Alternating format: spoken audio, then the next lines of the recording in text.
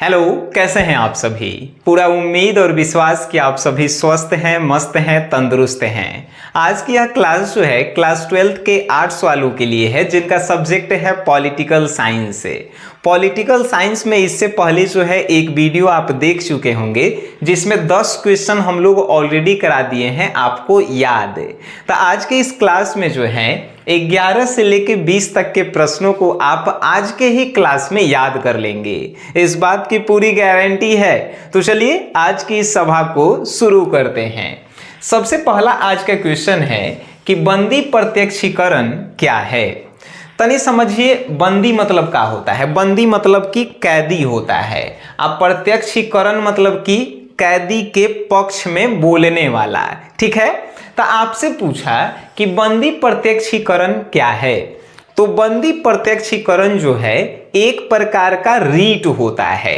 रीट कहने का मतलब आदेश, जो अनुच्छेद के संविधान के अनुच्छेद 32 में जो है वर्णित है। इसमें होता क्या है, फॉर एग्जाम्पल कोई व्यक्ति को पुलिस जो है बिना कोई सबूत और गवाह के, बिना कोई आपराधिक मामले के पकड़ लेता है, तो उस व्यक्ति को यह हक है कि वह सुप्रीम कोर्ट या कोर्ट में जाके अपना केस खुद लड़े। तो बंदी प्रत्यक्षीकरण और इस बात की इजाजत जो है कौन देता है, तो सुप्रीम कोर्ट के जज देते हैं। बात समझ में आई। तो अब आप इसे लिखेंगे कैसे। आपसे पूछ दिया प्रश्न कि बंदी प्रत्यक्षीकरण क्या है।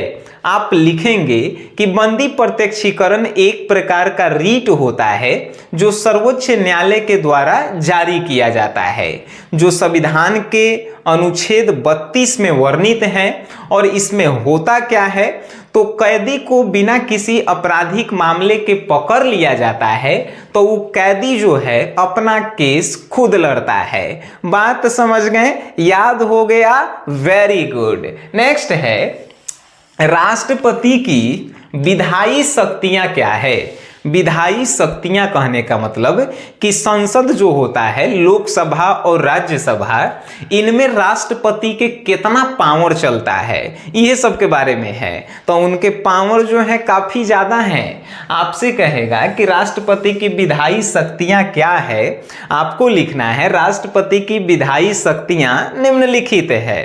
पहला, राष्ट्रपति को जो है दोनों सदनों में जो है अभिभाषण करने का है तो हक मिला है, अधिकार मिला है, शक्तियां प्राप्त है, ठीक है। राष्ट्रपति को एक सदन में या दोनों सम्मिलित सदनों में जो है अभिभाषण मतलब कि भाषण देने का अधिकार है। दूसरी, राष्ट्रपति को यह शक्ति प्रदान किया गया है कि आप संसद को आहूत कर सकते हैं या राज्यसभा में जो सत्र चल रहा है उसको आप रद्द भी कर सकते हैं, जिसे सत्रवासन के नाम से भी जानते हैं, ठीक है। तीसरी इनको शक्तियां ये प्रदान है कि कोई भी राज्य का पुनर्गठन होखे, मतलब कि बिहार से जैसे कि कट के बना झारखंड, तब बिना राष्ट्रपति के अनुमति के उस राज्य को दर्जा नहीं दिया जाएगा। बात समझ में आए। बहुत सारी इनकी शक्तियां हैं और आपके नोट्स में जो है बउआ के तरह जो है लिखा गया है।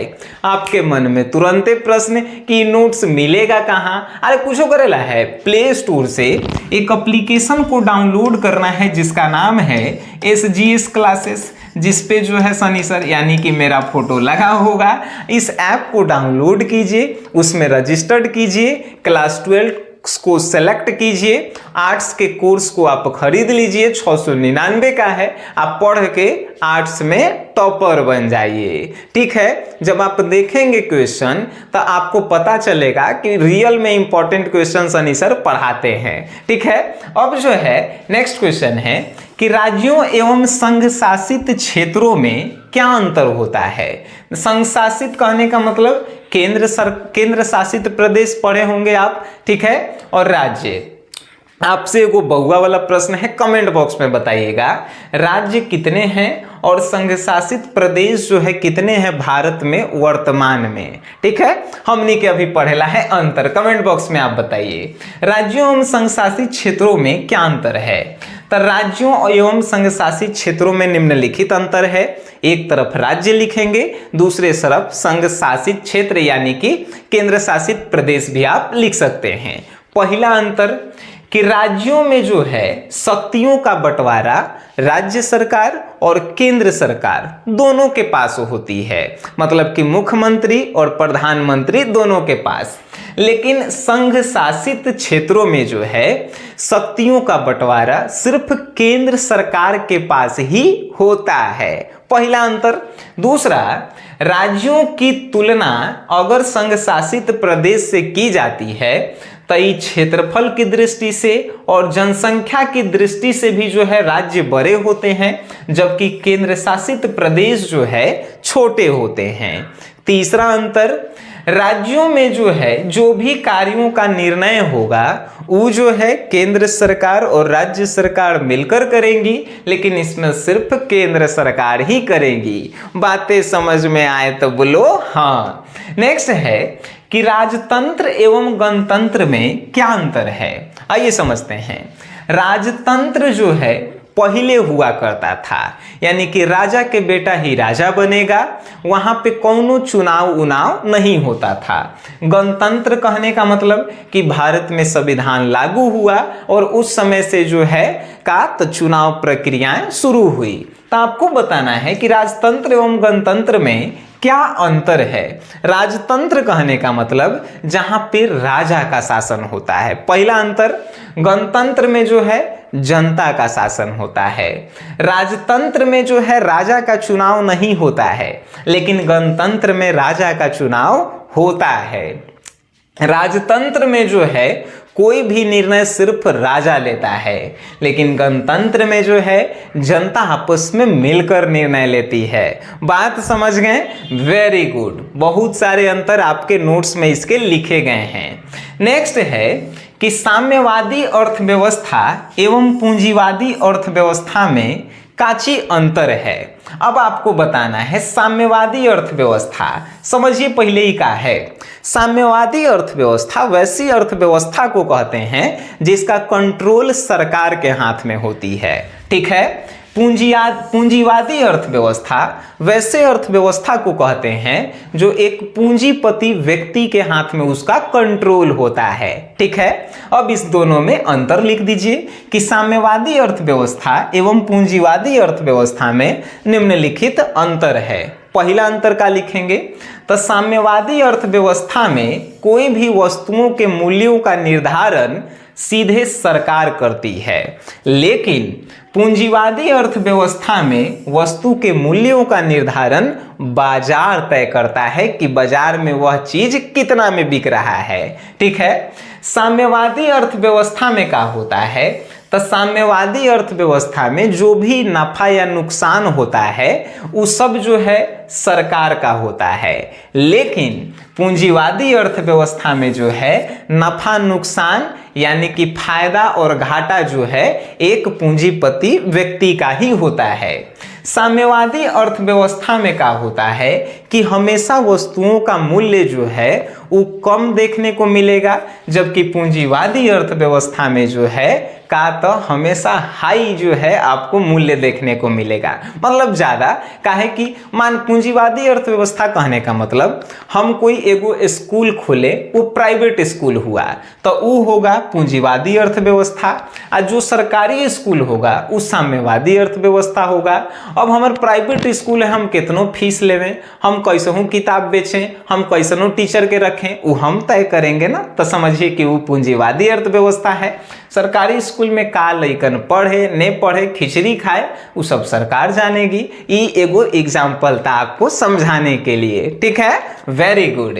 हम कहते हैं कि कहीं से भी आप पढ़िए, किन्हीं भी सर से पढ़िए, एक बार क्लास कीजिए, एक बार उनका आप नोट्स देख लीजिए और नोट्स को एक बार ध्यान से पढ़ लीजिए और फिर उसको एक बार अपने से लिखिए। जीवन में आप कभी नहीं भुलाएंगे। बात समझ गए? Very good.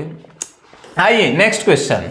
दबाव समूह से आप क्या समझते हैं? तनी मनी समझिए, दबाव समूह से आप क्या समझते हैं? दबाव समूह यानी कि वैसे समूह को कहा जाता है जो सरकार पे दबाव बनाकर अपना कार्य करवाती है, उसी समूह को दबाव समूह कहते हैं। फॉर एग्जाम्पल, एगो एग्जाम्पल से समझते हैं। जैसे सरकार जो है का कही कि किसानों पर जो है हम टैक्स लगा देंगे, तो किसान लोग जो है मिलकर रोड जाम किए, आंदोलन किए और सरकार से वो टैक्स जो है हटवा दिए। तो किसान दबाव बनाए किस पे? सरकार पे, और किसान का बात माना सरकार, तो किसान के जो समूह है वो कहलाएगा दबाव समूह है। जैसे दबाव समूह को तनी लिखेंगे कैसे? तो दबाव समूह वैसे समूहों को कहा जाता है जो सरकार पे दबाव बनाकर अपना कार्य करवा लेती है, उसी समूह को दबाव समूह कहा जाता है। बात समझे? Very good. नेक्स्ट है, विश्व व्यापार संगठन है क्या? विश्व व्यापार संगठन क्या है? तो विश्व में होने वाले जो भी व्यापार हैं उसका जो है समस्याओं का समाधान, उसका विकास और उसको कैसे संपादित करना है, ये सभी समस्याओं का जो संगठन जो है संपादित करती है, उसी संगठन को विश्व व्यापार संगठन कहते हैं। जैसे कि अंतर्राष्ट्रीय व्यापार, फॉर एग्जाम्पल हमको भारत को किसी दूसरे देश से जो है कितना लाना है? तो हवाई जहाज लाना है। यहाँ से जो है ट्रेन कोई दूसरा देश खरीदेगा, तो इस सब के बीच में एगो संगठन काम करती है, वो विश्व व्यापार संगठन। कि कितना में जो है भारत जो है कितना जहाज ले आएगा, कितना रुपया में ले आएगा, ये सब जो है यही तय करती है। ठीक है, तो अंतर्राष्ट्रीय व्यापार के लिए ये संगठन होता है कि विश्व में जो भी व्यापार होंगे उनको जो है समाधान करने के लिए एगो संगठन बनाया गया है, जिसे विश्व व्यापार संगठन कहते हैं। इसकी स्थापना जो है 1965 में हुआ था। कहाँ हुआ था आप कमेंट बॉक्स में बताएंगे, काहे कि ऑब्जेक्टिव में पूछता है, याद रखिएगा। अगर आपको नहीं पता है तो गूगल पे आप सर्च करके बताएंगे, लेकिन आप बताएंगे। ठीक है, आइए, धन विधेयक क्या है? धन विधेयक कहते किसे हैं? तो धन विधेयक जो है एक प्रकार का विधेयक होता है। आप सुने होंगे कि अप्रैल में जो है सरकार जो है साल भर के जितना खर्चा हुआ, जितना उसके पास धन है, वो जो है संसद में पेश करती है, उसी को कहते हैं हम लोग धन विधेयक। और धन विधेयक कौन पेश करता है? तब भारत के वित्त मंत्री जो होते हैं वही जो है धन विधेयक पेश करते हैं। आप ये भी बताएंगे कि भारत के वर्तमान में वित्त मंत्री जो हैं कौन है, यानी फाइनेंस मिनिस्टर कौन है। ठीक है, तो धन विधेयक क्या होता है? तो धन विधेयक एक प्रकार का विधेयक होता है जो धन से संबंधित होता है, जिसे लोकसभा में पेश किया जाता है, जिसमें बताया जाता है कि सरकार के पास कितना खर्चा है, सरकार के पास कितना पैसा है, कितना खर्च किया है, कितना कमाया है, ये सब जो है धन विधेयक के अंतर्गत ही बताए जाते हैं। बात आपको समझ में आती है? बिल्कुल समझ में आती है। नेक्स्ट आपसे प्रश्न पूछा कि भाई भूमंडलीकरण क्या है? भूमंडलीकरण यानी कि सभी देशों की अर्थव्यवस्थाओं को जब एक समान किया जाता है तो इसी अर्थव्यवस्था के समान रूप को हमनी के भूमंडलीकरण कहते हैं। जैसे आपसे कोई कहा कि भाई भूमंडलीकरण क्या है, तनी बताओ तो भूमंडलीकरण कहने का मतलब कि विश्व के, जैसे मान के चलिए कि भारत में जो है टमाटर जो है 60 रुपए किलो है, अब पाकिस्तान में जो है टमाटर जो है का है 120 रुपए किलो है, तो यहाँ पे भूमंडलीकरण नहीं है। भूमंडलीकरण कहने का मतलब सभी देश की अर्थव्यवस्थाएं को समान रूप से किया जाता है, उहे कहलाता है भूमंडलीकरण। यानी ऐजा 60 रुपए टमाटर है तो जितना भी जो है विश्व व्यापार संगठन से देश जुड़े हुए हैं उन सब में जो है समान रेट से बिकना चाहिए, तब भूमंडलीकरण कहलाता है। बात समझ में आपको आती है? बिल्कुल समझ में आनी चाहिए। नेक्स्ट है कि धर्मनिरपेक्षवाद क्या है? धर्मनिरपेक्षवाद होता है कि धर्म में बिना विभेद किए हुए सभी धर्मों को समान अधिकार देना और सभी धर्म को जो है समान उतना हक देना कि वो अपने धर्मों का प्रचार प्रसार कर सकें और अपने धर्म को आगे बढ़ाएं। उसी व्यवस्था को हम लोग कहते हैं धर्मनिरपेक्षवाद। धर्मनिरपेक्षवाद जो है इसमें जो है धर्म के आधार पर जो है किसी के साथ भेदभाव नहीं किया जाता है। बात समझ गए? धर्मनिरपेक्षवाद अगर आपसे पूछे तो क्या बताएंगे आप कि धर्मनिरपेक्षवाद जो है उस व्यवस्था को कहते हैं जिसमें सरकार किसी भी धर्म पे जो है ना ही भेद विभेद करती है और सभी को समान हक दिया है अपने धर्म का प्रचार प्रसार करने के लिए। बातें समझ गए? कितना आसान था ये 10 क्वेश्चन। और लइकन कहता है कि पॉलिटिकल साइंस हमारा सर भारी लगता है। कोई भी सब्जेक्ट आपको आर्ट्स में भारी लगे आप कुछ मत कीजिएगा, प्ले स्टोर से SGS क्लासेस एप्लीकेशन को डाउनलोड कीजिए और उसमें आर्ट्स के जो है कोर्स को खरीद लीजिए। जितना भी आपका दुख दर्द होगा वो सब जो है दूर हो जाएगा। आज के वीडियो में जो है हम इतना ही बोलेंगे। हमें उम्मीद है कि आपको ये वीडियो पूरा समझ में आया होगा, याद हुआ होगा। नहीं याद हुआ है तो इस वीडियो को एक बार पुनः आप देख लीजिए, यानी दोबारा देख लीजिए, आपको याद हो जाएगा। मिलते हैं हम लोग नेक्स्ट क्लास में, तब तक के लिए टाटा बाय बाय, धन्यवाद।